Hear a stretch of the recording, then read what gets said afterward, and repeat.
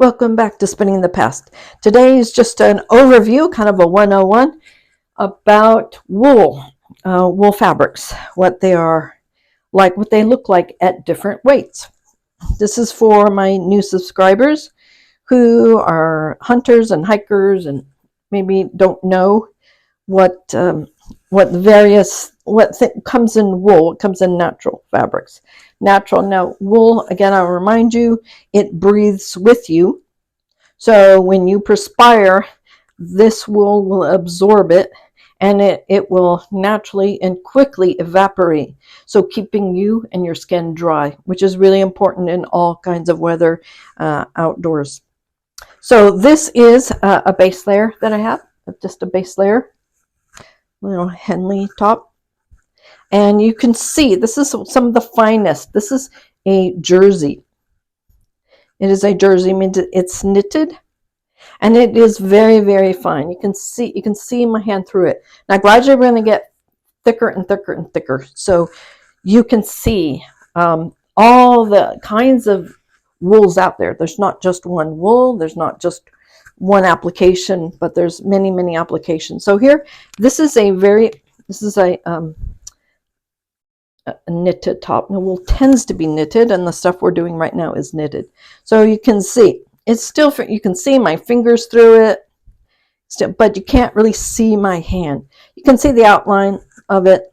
This is also a Rambouillet or Merino top. Very comfortable. Again, wonderful wicking pulleys. And this would be also quite nice next to the skin. Now, when we get to these more sweaters and stuff, then I do recommend, and they did in the past, is you wear an under layer. Cotton, silk, something that's next to your skin, especially if you have issues with the wools. The wools are there at this weight really to keep you warm. So here is one that is a little bit thicker sweater. Can't really see my hand that well through it. It's becoming thicker. It's what we call sweater weight or jumper weight. There we go. You can see the actual thickness of that, the yarn that was used in that. Now a little bit thicker. These are what I hand knitted. So now you can see, can't see my hand really hardly at all. This is even a thicker weight. This is a cardigan. Cardigans are great for layering. Okay, so that's a little bit thicker.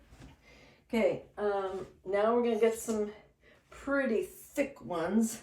So this is a very thick winter weight Icelandic. So you can see very, can't see anything. Can't see my hand. Can't even see the shape of my hand really through it. Very thick, very warm. If you want to be outside, you know, the people of Iceland learn to deal with their cold and windy climate.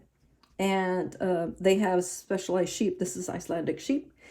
And again, this is great. It's almost too warm for inside, except if you don't have heat, but great for outdoors, great for really super, super cold days, or if you're just cold-blooded like I am, and you just want something that feels like a blanket next to you.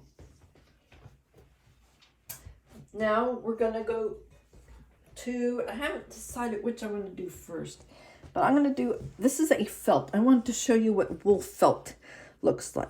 So this is a nice vest. It's a vest. This I got in Canada. You can see the maple leaf. And this is, now what the other ones I could pull, this one is like, it does not give at all. It does not stretch. It is basically, they took a knitted thing and then they boiled it. Well, they also wove it, but they basically knitted it and then boiled it, and then all the fibers kind of contracted and knotted with each other to form a fabric. So this is a fabric. You would treat this like a fabric. So this would be a type of boiled wool. Why do I recommend this? This is a lot less impervious to wind. Wind is what will get you chilled outside faster than anything. So a boiled wool or a felted wool would be very nice for that, because even with these sweaters, because you can kind of see the holes through them, the wind can get through that. But you can see with the boiled wool, just there is nothing that's going to get through that. Okay, next I'm going to use, sorry about this, but this is the only woven thing I could grab. Yeah, a lot of you would have blazers of wool. This is a wool bit, so this is a woven fabric. So some of you may see woven type wools out there. We tend to make them a bit thinner and we structure them in these kind of coats like that. But this is what a woven type wool would be. Again, it does not stretch whatsoever. But there are other fabrics that would be of a woven. So we've talked about knitted, we talked about boiled wool, and then this is a woven. The next stage, and I do apologize, this, I do not have a sheepskin handy. I have it in a different part of my stash, but I want to show you when it gets really, really cold in northern countries, and I did live in the Baltics and in Russia, northern Russia, and I did travel to the Arctic Circle.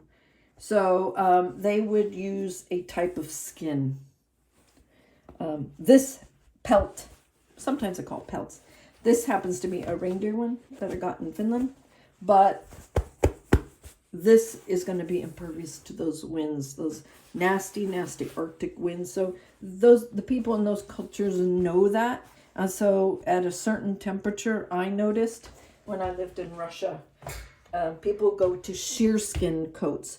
They call them shearling coats, but those, if you want, looking for a natural, okay? We have all kinds of man-made, modern type of stuff, but if you're looking for kind of a historical, rugged, then they have sheepskin coats will keep you fairly warm. Again, the principle is we're not letting the wind in because we have the skin attached to that. So I hope today has been helpful, and I hope you all will go out there and support the wool industry.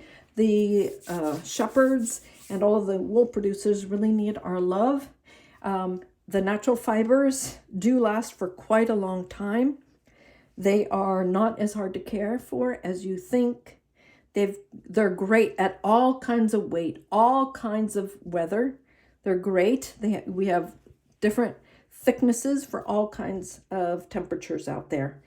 And you can see we make it in the boiled wool as well. So learn to knit or go online, look for these wool products.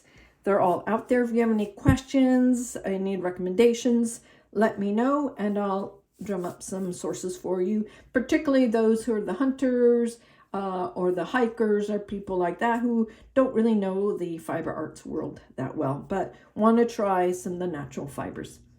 Okay, I'll catch you next time on Spinning the Past.